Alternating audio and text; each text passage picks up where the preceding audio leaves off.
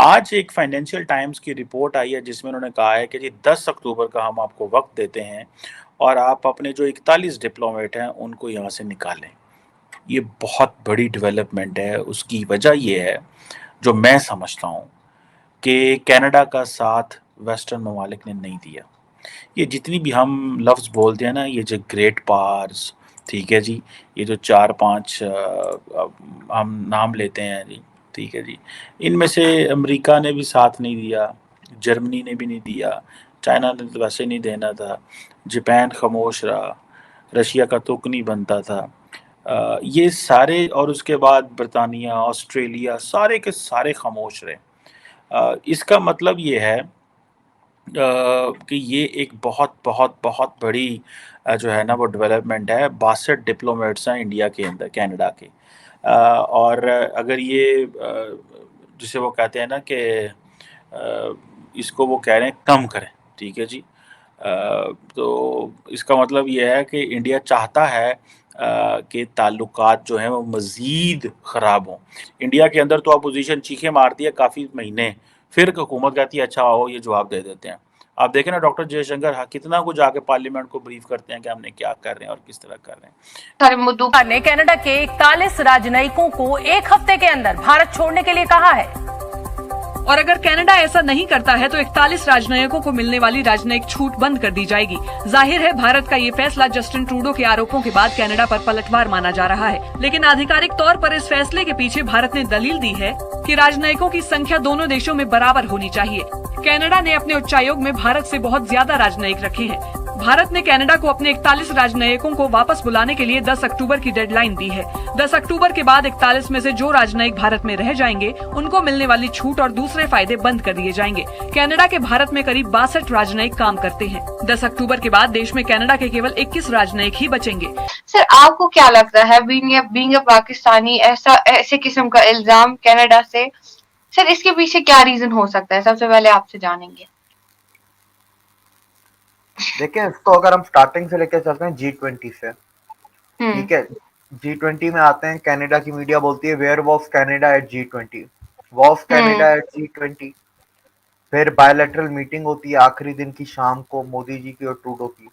तो एनईए की वेबसाइट पे ट्रूडो को ठीक ठाक दलील किया जाता है। ऑफिशियल स्टेटमेंट जो निकलती है जॉइंट स्टेटमेंट एनईए की, वैसे शायद आम पब्लिक ना नहीं पढ़ती होगी, पर दुनिया इंटेलेक्चुअल्स, दूसरी गवर्नमेंट्स, वो सब ये एनईए की वेबसाइट पढ़ते हैं, वो न्यूज चैनल्स नहीं देखते।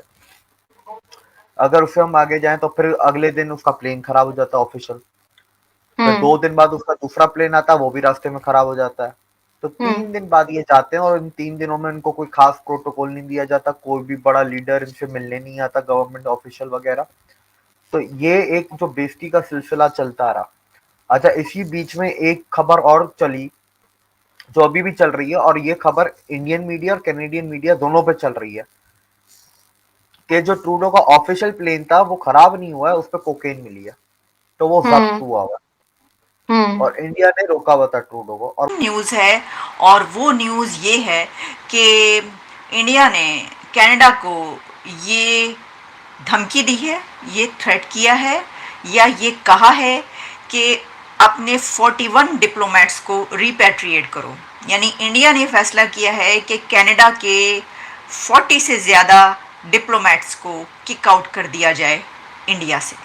अब ये एक बहुत बड़ी डेवलपमेंट इसलिए है कि ये इंडिया की विन विन पोजीशन है।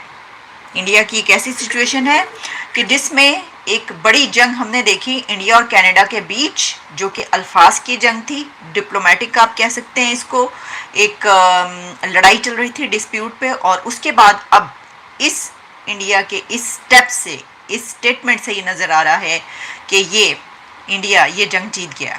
ये जो एक डिप्लोमेटिक वॉर थी ये जीत गया इंडिया। जो इस वक्त इंडिया की एक स्टेटमेंट के बाद, एक ऑर्डर के बाद ये आया है फाइनेंशियल टाइम्स में, ये रिपोर्ट हो रहा है। देखिए, जो फाइनेंशियल टाइम्स है हमें ये बता रहा है कि जो कनाडा है उसके कुछ 62 डिप्लोमेट्स हैं इंडिया में, और उन्होंने जो है ये इंडिया ने जो ये कहा है कि जो टोटल है मतलब रिड्यूस बाय 41, और ये कहा गया है कि ये जो तारीख है यानी इस पे उनको टाइम भी सेट कर दिया गया है। और तारीख दे दी गई है कि 10 अक्टूबर तक जो है ये अपने डिप्लोमेट्स रिपैट्रिएट कर लिए जाएं, वरना फिर इसके बाद क्या होगा वो भी बताया गया। और उसमें उन्होंने ये कहा है कि diplomatic immunity of for those diplomats के वो जो हैं वो नहीं जा पाएंगे। Tells Canada to withdraw 40 diplomats, sets deadline and warning. ये एक तरीके से वार्निंग है ना, वार्न किया है उसने, इंडिया ने, कि जनाब ये सूरत हाल है और निकाल लीजिए अब अपने उसको। अब ये जो मैंने ये बात की कि ये इंडिया के लिए विन विन पोजीशन या सिचुएशन इसलिए है कि कनाडा की ये कोशिश थी कि वो वेस्ट को अपने साथ में लाए, यानी उसके जितने भी अलाइज हैं जो भी हैं उनको अपने साथ मिलाकर इंडिया के ख़िलाफ़ एक बड़ा महाज कायम कर सके या बना सके। और दूसरी तरफ हमने ये देखा कि इंडिया ने इसके जवाब में कि इंडिया ने जो इसका स्टैंड लिया वो बहुत टफ था स्टार्ट से ही।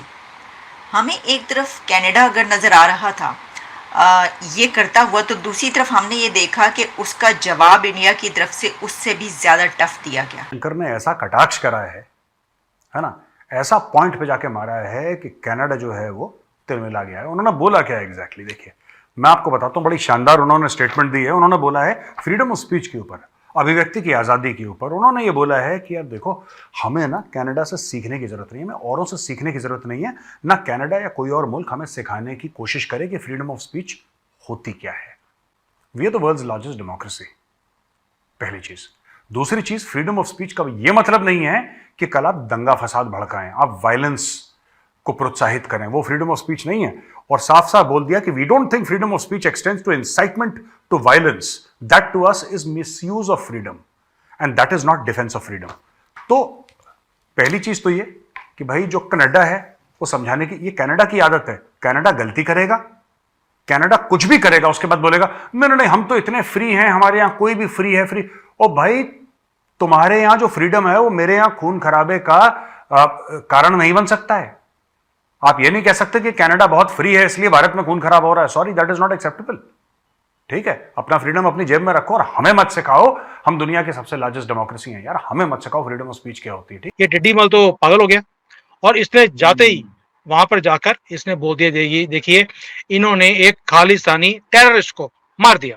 ठीक है, मार दिया। इसको था कि मैं इनके ऊपर एलिगेशन लगाऊंगा, भारत वाले बोलेंगे भी नहीं, क्योंकि पहले हमारा यहाँ पर बोलने का रिवाज ही नहीं था।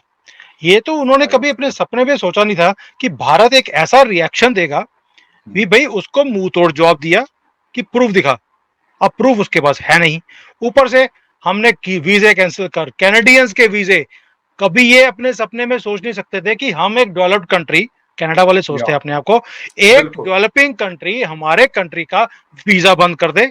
ऊपर से हम FATF में चले गए सर। हमने वहां पे कंप्लेंट डाल दी है अमेरिका, यूके, कनाडा और ऑस्ट्रेलिया के अगेंस्ट कि ये जैसे पाकिस्तान टेररिस्ट को पनाह देता है वैसे ये कंट्रीज देते हैं, इनके ऊपर इनको ब्लैक लिस्ट में डाला जाए। मोदी जी ने फ्रंट फुट के नहीं बढ़ के आगे फास्ट बॉलर को स्टेडियम से बाहर बॉल को फेंक दिया। मैं तो कहूंगा कि स्टेडियम से बाहर नहीं फेंका, दुनिया से बाहर ही फेंक दी बॉल। वो अब उसको बॉल मिल नहीं सकती। तो ये इशू है जो ट्रूडो मान ने कभी सोचा नहीं था और इसलिए उसको बैकफुट पे आना पड़ रहा है। उसका जो डिफेंस का मिनिस्टर है, कोई यहाँ पर आया हुआ था भारत में, उसने भी बोला मैं टाइज को ठीक करने आया हूँ।